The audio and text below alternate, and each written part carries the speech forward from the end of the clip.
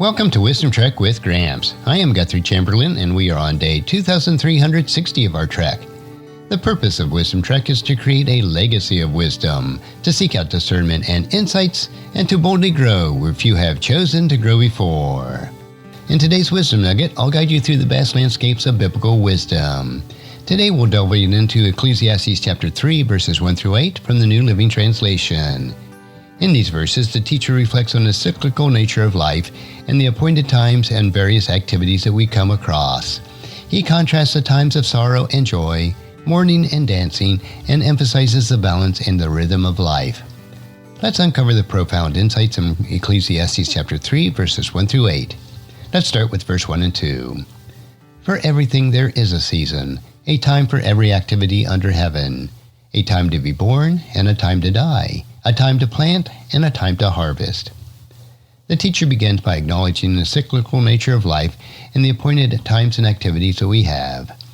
He recognizes that there is a time for every activity under heaven, including birth and death, planting and harvesting. What insights can we glean from the teacher's reflections on the appointed times and the different activities?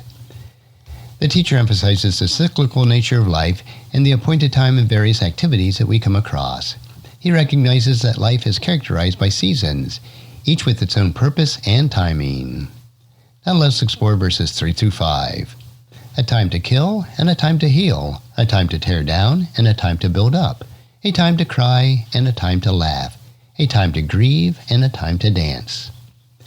The teacher continues the contrast in the times of sorrow and joy, mourning and dancing, to emphasize the balance and rhythm of life.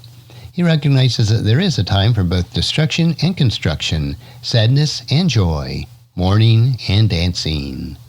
What can we glean from the teacher's reflections on contrasting times of sorrow and joy? The teacher highlights the balance of rhythm in life, acknowledging that there is a time both for sorrow and joy, mourning and dancing. He recognizes that life is characterized by a series of contrasts, each contributing to its own richness of our human experience. Now let's examine verses 6 through 8. A time to search and a time to quit searching, a time to keep and a time to throw away, a time to tear and a time to mend, a time to be quiet and a time to speak, a time to love and a time to hate, a time for war and a time for peace. The teacher continues the contrast of various activities and emotions to emphasize the balance and rhythm of life. He acknowledges that there is a time for searching and a time to give up, a time for keeping and a time for throwing away, a time for tearing and a time for mending. He also recognizes that there is a time for silence and a time for speech, a time for love and a time for hate, a time for war and a time for peace. What insights can we glean from the teacher's reflections on the contrasting times of searching and quitting, keeping and throwing away, tearing and mending, silence and speech, love and hate, and war and peace? The teacher celebrates the diversity of human experience by recognizing that life is characterized by a series of contrasts. He emphasizes the importance of embracing the various seasons of life and finding balance and rhythm in the midst of change. And there you have it, my fellow trekkers. Insights from Ecclesiastes chapter 3, verses 1 through 8. The teacher's reflection reminds us of the balance and rhythms of life. It is appointed times for various activities and emotions. As we reflect on the teacher's musings, we may embrace the diversity of human experience and find balance and rhythm in the midst of life's changes. Until the next time, keep seeking God's wisdom and make it part of your daily trek. And if you found this podcast insightful, please subscribe and leave us a review. Then encourage your friends and family to join us and come along with us tomorrow for another day of Wisdom Trek, creating a legacy. And thank you so much for allowing me to be your guide, your mentor, and most importantly, I am your friend as I serve you through the Wisdom Trek podcast and journal.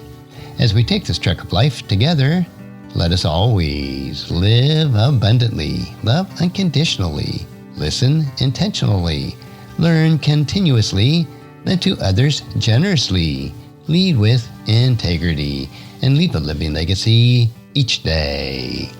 I am Guthrie Chamberlain, reminding you to keep moving forward, enjoy your journey, and create a great day every day.